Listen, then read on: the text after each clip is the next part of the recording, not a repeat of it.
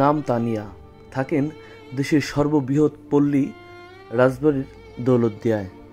তানিয়ার বিগত বছরের ঈদগুলো জাঁকজমক কাটলেও এবছরে ঈদের কোনো আনন্দ বা আমেজই নেই।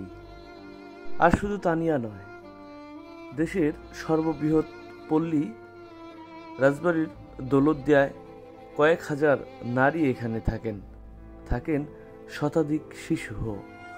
তবে এবছর পবিত্র ঈদুল ফিতরের ঈদের আমেজ ও ঈদের আনন্দ নেই এই পল্লীতে। অসহায় জীবনযাপন করছেন পল্লীর বাসিন্দারা। পদ্মা সেতু চালুর পর এবং দৌলতদিয়ায় সকল ধরনের ট্রেন চলাচল বন্ধ হওয়ার কারণে এই দৌলতদিয়া ঘাট তার জৌলুস হারিয়েছে। আর রেল স্টেশনের পাশেই অবস্থিত এই পল্লীতে প্রায় 2000-এর অধিক নারী থাকে এবং প্রায় 700-এর অধিক শিশু থাকে। এ পল্লীতে আগের মতো খদ্দের আসে না, আর খদ্দেরের অভাব অনটনে রয়েছে পল্লীর হাজার হাজার নারীরা। আর এই অভাব অনটনের মধ্যেই তাদের দিন যাপন করছেন, তারা অভাবে আছেন। সেজন্যই এই পল্লীতে ঈদের কোনো আনন্দ নেই, ঈদ উৎসব নেই। তবে এই বিষয়ে কারো যেন কোনো নজরই নেই, সবাই যেন এ ব্যাপারে উদাসীন। বর্তমানে অসহায় হয়ে জীবনযাপন করছেন তারা। সমাজের বিত্তবান মানুষ ও সরকারের কাছে সহযোগিতার দাবি জানিয়েছেন পল্লীর হাজার হাজার বাসিন্দা। আর বলছিলাম তানিয়ার কথা।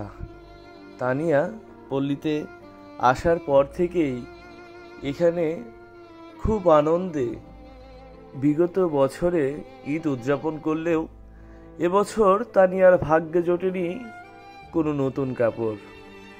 তানিয়ারও পরিবার আছে, পরিজন আছে, তানিয়ারও সন্তান আছে, তাদেরকেও দিতে পারেননি নতুন কোনো পোশাক। কারণ তানিয়া তো বর্তমানে অসহায় জীবনযাপন করছে। শুধু তানিয়া নয়, এরকম তানিয়ার মতো হাজার হাজার পল্লীর নারীরা, তাদেরও ঈদ নেই, ঈদ উৎসব নেই। তাই সমাজের বিত্তবানদের পাশে থাকার আহ্বান জানিয়েছেন পল্লীর তানিয়া। শুনুন তানিয়ার মুখেই বিস্তারিত।